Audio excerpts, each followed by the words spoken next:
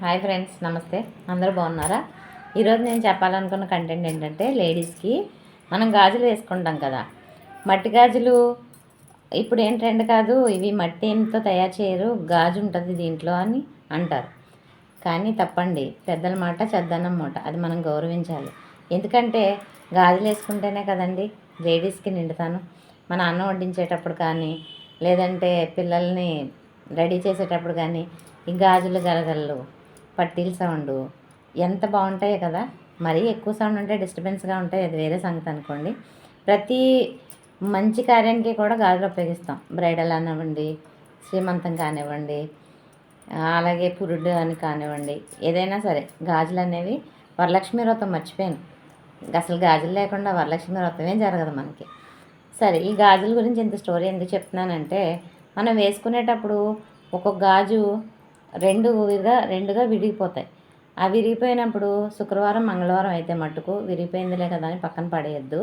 ఆ చిన్న విరిగిన పెంకు తీసుకొని తలలో పెట్టుకుని, అమ్మ నా సౌభాగ్యాన్ని వర్ధింపచేయి, నా భర్తకి అనారోగ్యం కలగకుండా చూడు అని మనం ఎప్పుడైతే తలను తాటించామో, మన లేడీస్ తలలో గంగ ఉంటుందండి.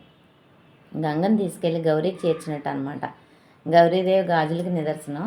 అందుకని భర్త ఆరోగ్యాన్ని సంపూర్ణంగా కాపాడే బాధ్యత ఆవిడ తీసుకుంటారనమాట.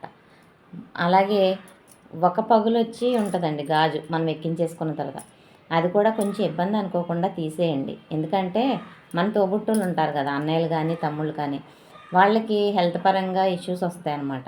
అక్క చెల్లెళ్ళు అలా వేసుకుంటే ఎప్పుడు పుట్టినీళ్ళు మెట్టినీళ్ళు రెండు బాగుండాలి కదండి. మన ఆరోగ్యంగా ఉండాలి, మనతో ఉన్న వాళ్ళందరూ సంతోషంగా ఉండాలి. ఆరోగ్యమే కదండి మహాభాగ్యం ఈ రోజుల్లో. ఇంకో విషయం ఏంటంటే, మనం చేసే ప్రతి పనిలోనూ ఒక అంతరార్థం దాగి ఉంటుంది. అందుకే పెద్దలు చెప్పేది ఏదైనా సరే గౌరవించాలి, ఆచరించాలి. ఆచరణలో కూడా పెట్టేటందుకు మనం మనకు తోచిన వారికి ఎంత వీలైతే అంతమందికి చెప్పడానికి ట్రై చేయండి. మీరు కూడా నాకులాగా ఇలా కొన్ని వీడియోస్ చేసి పెట్టారనుకో, మీకు గుర్తింపు అనేది వస్తుంది.